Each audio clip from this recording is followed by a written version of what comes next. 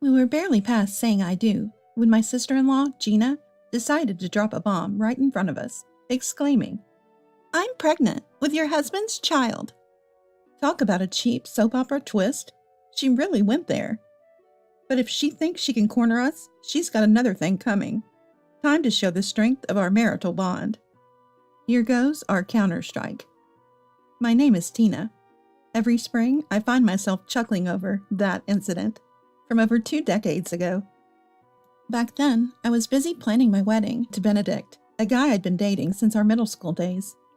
We parted ways for college, but a high school reunion brought us back together and rekindled our romance. Sounds like a cliche. Well, it was just one of those bonds that wasn't easy to break, that's all. But as we prepared to tie the knot, there was a problem we couldn't ignore. Gina. My husband's family tree is a bit complex.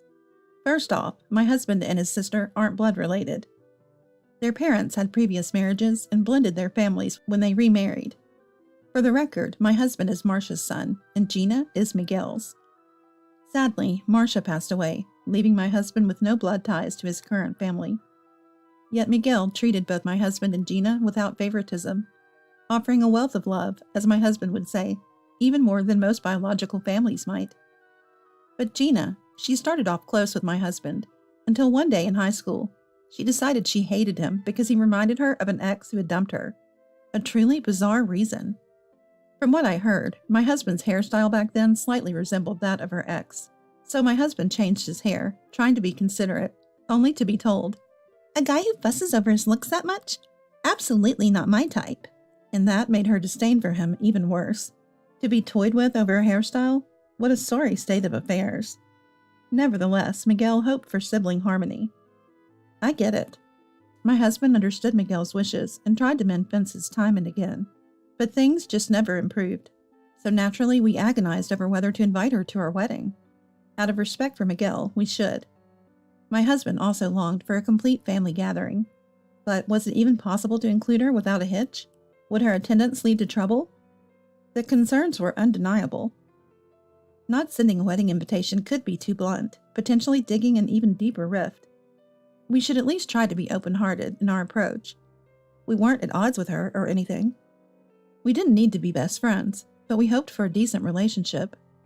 After many discussions with my husband, I decided to invite her, ready for any outcome. And then, to our surprise, we thought she would decline, but she promptly replied with an "I will attend." The thought of a fresh start with her at our wedding was, needless to say, something we looked forward to. But in the few months after receiving her RSVP, various problems erupted. Back then, I was trying my best to get closer to Miguel. I'd drop by my in-laws with a little gift or a side dish for dinner. I was more involved with my husband's family than he was, who rarely went back home. In hindsight, I might have not needed to try so hard, but this was all new to me. It was my first marriage, and there was no blood connection between Miguel and my husband. To top it off, my husband and his sister were at odds. And Gina, as a woman, I thought that by blending into the family, maybe, just maybe, I could change the dynamics of the entire household. In my own way, I was overly eager. Whether Miguel knew of my inner turmoil or not, he always welcomed me warmly. He was truly kind. But the problem was, still Gina. At that time, she had caused some trouble at work, got fired, and had become a pro at letting her parents take care of her. In other words, unemployment. And she showed no signs of job hunting. It was even dubious whether she had properly handled her post-employment affairs. After a while, she started greeting me. Considering she used to ignore me, this was progress, right? But things weren't that simple. "Tina, you're here again. Must be tough trying to win over the in-laws. You're not after Dad instead of my brother, are you?" It might have been her idea of a joke, but there was always an unnecessary comment. However, she would say nice things too, like, "That salad you made the other day was delicious. Teach me how to make it." So there were aspects of her I couldn't hate. Maybe she didn't understand the implications of her banter and meant no harm. That's how I started to see her in a better light. But as the wedding approached, her true colors began to show. One day, as usual, I visited my in-laws' home and was chatting with Miguel when his daughter came downstairs and suddenly started rummaging through my bag. "Hey, what are you doing?" "Chill out. I'm heading out, And can I borrow some makeup? I've run out of mine. What? No, that's not okay. Of all things, she was after my lipstick. I couldn't possibly lend it to her. Even if she didn't mind, it was completely out of the question for me. Stingy, huh? Then give it to me. No way, that's impossible. Before I could finish, Miguel scolded her. Don't go through other people's stuff without asking. She seemed to give up reluctantly under her father's reprimand, but muttered under her breath, barely audible. Ah, annoying, and left. Miguel apologized for his daughter's rudeness, but she showed no sign of remorse. But that's not the point. She's always been a bit out there. But was she always the type to snoop through others' belongings? I was stewing over her behavior when the reason behind it became clear. It was 1 week before the wedding. Out of the blue, she called. Hey, can you let me off with a wedding gift around $50? What? I was dumbfounded when she said she found something nice at a flea market and was trying to haggle with the seller. I mean, I'm a bit short on cash. I admit, it's my fault for only using expensive makeup. Well, she's been unemployed for about 3 months, so running out of money makes sense, right? But then there should be unemployment benefits coming in at some point. I can't believe she's in such dire straits. Unlike my contemplative stance, she was lighthearted. Oh, don't tell Dad about this. A wedding gift is about the thought, after all. Exactly. So $50 is okay, right? Wait, what? Gifts are about the thought, but there is a customary amount. Weddings cost money, and I wish she'd respect the usual rate. Trying to convey my feelings as tactfully as possible, she took it as, lucky me, $50 is okay. Oh no, this is going to be hard to correct without making it awkward. Money is such a delicate topic, even among close family. But $50 is really too little. I hate to say this, but can we make it at least $300? I asked hesitantly, feeling a bit anxious. Her response was outrageous. What? Then I won't attend. It's just my brother's wedding anyway. Wait, hold on. But I don't have the money. If I have to choose between money and my brother's wedding, money is obviously more important, she declared. I just wish my husband could have been here. Unfortunately, it was just the two of us. Given the outrageousness of the situation, I really wanted to say, well, that's too bad, we decline your offer too. As the wedding approached, I had hoped that my husband and she might reconcile. Would my actions now end up saddening Miguel and my husband? After hesitating, I said something I didn't mean at all. Then $50 is fine. Even though it was a spur of the moment, I was frustrated by my own weakness. She hung up the phone cheerfully without a word of thanks, saying, Really? That helps a lot. I was left with nothing but emptiness. Can't she at least say thank you? I felt ashamed of my own poor judgment for thinking I could trust her a little. I no longer had any clue about her true nature. I hadn't been able to bring myself to talk to my husband about her wedding gift before the day of the ceremony. And then the big day arrived. Being the bride was more hectic than expected. I was busy from morning. It's busier than I thought, despite all our planning. I thought when I saw Gina off to the side in a corridor of the lobby. Despite my mixed feelings about the gift situation, I was glad she had come. Just as I was about to approach her, her angry voice filled the air. That's what I'm saying. I'm not satisfied. Not satisfied? But that was the deal from the start. Why is it always me who ends up feeling shortchanged? Gina was trying to stop a man named Mon from walking away. Should I not have come closer? As I looked on confused, Mon gave me a forced congratulatory message. Congratulations on this occasion. He was a friend of my husband and a guest at the reception. Why were Gina and my husband's friend arguing on our wedding day? What was their relationship? He hurriedly said, Well, see ya, and left. The awkwardness lingered, just me and her left standing there. Hey, what's going on with you and him? I couldn't help but ask her. It's nothing. Leave me alone. She walked away in a different direction than the man. My husband had seen the entire scene from a hidden spot. Hey, you haven't forgotten that today is supposed to be our special day, have you? Confused beyond measure, my heart remained in turmoil throughout the wedding, feeling like I had witnessed something I shouldn't have. The ceremony itself went well, fortunately without Gina causing a scene or anything of that sort.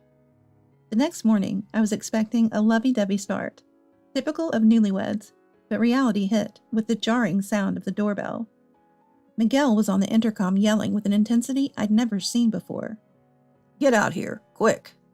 What's the matter? My husband and I exchanged a look, braced ourselves, and opened the front door. "Yes?" Greeted by my husband, Miguel's anger ramped up. "What on earth have you done?" Huh? Miguel, practically on the brink of tears with rage, glared at my husband. I'm pregnant with your husband's child. Here's the ultrasound picture. Gina brandished a photo and shouted. Huh? My husband's child? I automatically looked at him, and he shook his head vigorously, more shocked than I was, denying it. Mouthing wordlessly, he stammered. That what? Yesterday. Ah, now it makes sense. Understanding dawned on me, and I nodded involuntarily. My husband nodded back. It seemed my understanding had translated to him as well. Yes, we both remembered the heated argument between Gina and my husband's friend at the wedding, guessing the tangle in their relationship. Should we set a little trap? My husband strongly nodded to my suggestive glance. He would surely get my attention. Miguel, suspecting our eye contact, challenged. What are you two whispering about? What are you planning to do? Divorce Tina and prioritize your family? You have a child to raise. Miguel was fuming. Well, if this tale were true, his reaction would be justified. So shall we, a couple in sync, pull off a bit of a sketch? You two?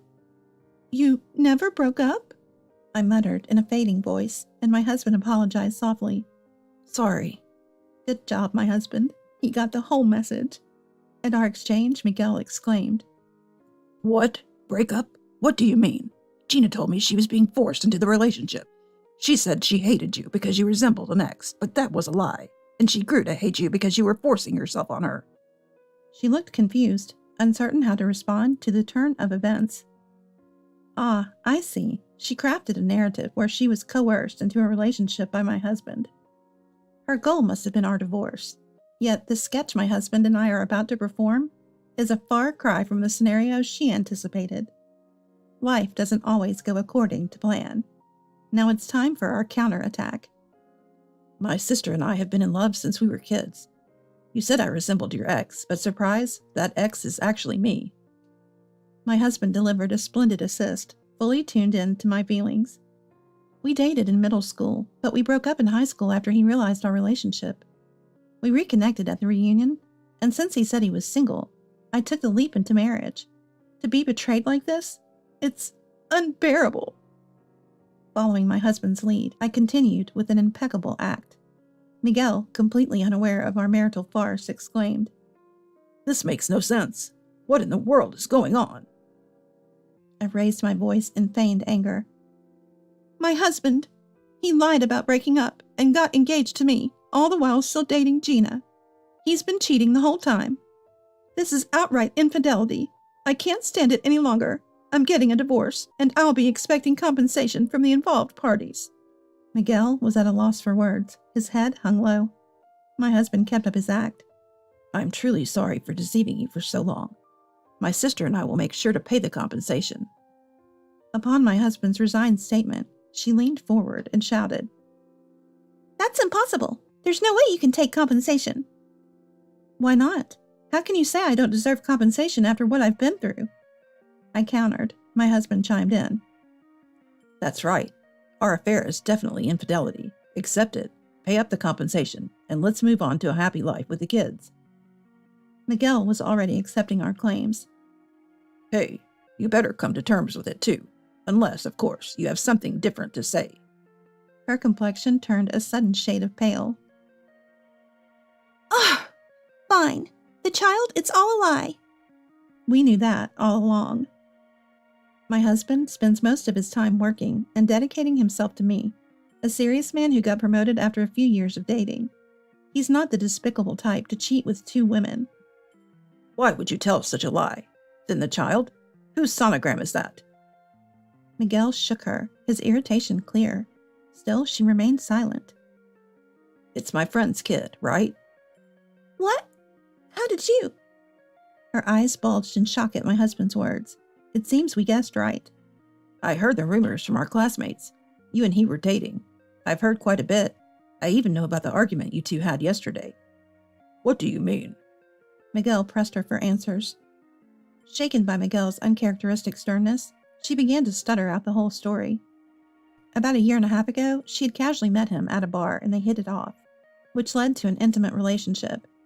He had a family and children. Knowing all this, she continued the affair. Unable to let go of the thrill of infidelity, she became incapable of stopping. Eventually, she got pregnant and tried to get him to take responsibility, but he wouldn't hear of it since the affair was consensual from the start.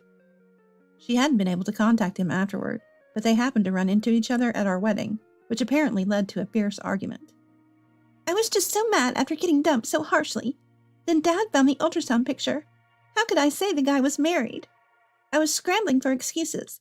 It felt like I was the only one cursed with bad luck. So bitter. I figured if I'm going down, might as well drag everyone with me. So I blurted out the baby was my brother's, thinking serve you right if my brother and his wife had a huge fight and divorced right after the wedding. Maybe that would give me some relief. As she spoke with an almost don't you feel sorry for me fervor, it was clear it was just a parade of selfish excuses. On the wedding day, after hearing rumors about Gina from classmates, my husband had two guesses. One was if the rumor was true, then possibly Gina, sister-in-law, might be carrying a friend's child. Gina showed no signs of being on unemployment benefits. My husband speculated. Maybe she's not receiving benefits because she quit her job due to pregnancy. The reason she left her last job was only ever described as trouble, which she never elaborated on, deepening the suspicion. With a workplace dominated by men and old-fashioned male chauvinistic attitudes, he figured maybe announcing her pregnancy there caused friction and resulted in the said trouble. The other worry was that she might be jealous of me. Her frequent shifts in attitude towards me, once affectionate, could well stem from envy over my seemingly happy life with him. And with her impulsive nature, my husband feared she might do something rash to us as a couple, and this pregnancy fiasco was the result. Well, thanks to hashing out this topic endlessly last night, we managed to handle it on the fly. A misstep could have easily led to mutual distrust, maybe even divorce. I couldn't help but respect my husband for nailing the situation with almost perfection. Because of him, our relationship was saved. Though whatever she said, I never would have doubted my husband. Don't be ridiculous. It's too shallow. It's your fault for being involved with a married man in the first place. There's no excusing you. But it couldn't be helped. I'm a woman, too. There are times when such things are fun. Gina, yelled at by Miguel, couldn't help but tear up. Yet everyone in the room thought her excuses were baseless. I'm sorry, brother. I apologize. Please forgive me. No, I won't forgive you. How many married people do you intend to make unhappy? This is just too much. Even if she's my daughter, I can't forgive this. Dad, too? Of course. In the confusion, you deceived Dad as well. What? Gina looked surprised for a moment, then, realizing her mistake, quickly said, I'm sorry. She might have intended to blame the trouble of lying about my brother being the father on us, but she didn't realize she had also deceived her beloved dad. Grasping the gravity of the situation, she collapsed on the spot, crying inconsolably. Miguel offered an apology with, I'm so sorry. Gina also apologized through tears, but Miguel was relentless. Don't cry. Take me to the father of that child in your belly right now, he demanded, making Gina stand up. What? What are you going to do? Apologize to his wife, and let's take responsibility properly. This can't go on. No. You mean paying compensation? I don't have that kind of money. Of course, it's about the child. It would be pitiful to let them be affected by your recklessness. Gina was at a loss for words against Miguel's irrefutable logic. After Miguel and Gina left, my husband said with a sigh, Man, sorry about all that. No, it's okay. I never imagined she would come up to us claiming to be pregnant with your child. Thanks for believing in me. Of course I do. Hey, should I have scrutinized the ultrasound picture just to be sure? Oh, give me a break. He replied with a chuckle. We laughed it off, thinking that, despite the mess, perhaps it was an experience that strengthened our bond as a couple that morning. Later on, Miguel visited the man's home with Gina to apologize to his family. He was served with the divorce papers by his wife, who also demanded child support, alimony, and distribution of property. Gina was also sued and had to pay compensation. It turned out that for Mon, Gina was just a fling. There was never any marriage on the cards. Ultimately, the child Gina bore was adopted by Miguel's niece, who hadn't been blessed with her own children. The niece's family was financially stable and cared deeply for the child, who is said to be living happily. Miguel occasionally visits, forging a bond with his grandchild. On the other hand, Gina, unable to forget the thrill of her infidelity, got involved with another married man and was promptly discarded. After finally finding employment, she was fired and is now working part-time. Having been sued for compensation twice, she's now juggling day labor and part-time jobs to make the payments. A dire situation I heard about from Miguel. Since Miguel has disowned his daughter, only God knows the kind of life she's leading now, but bad habits are hard to break.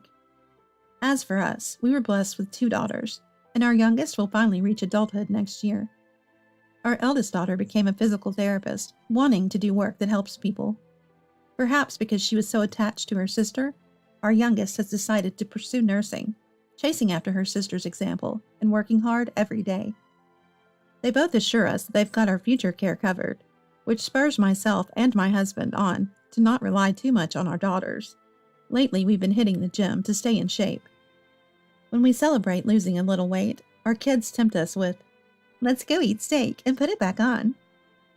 It's a constant struggle against our desires. To savor this happiness for a long time, we need to stay healthy. We're determined to enjoy life to the fullest, aiming to see our grandchildren, no, our great-grandchildren. We're gonna give it our all.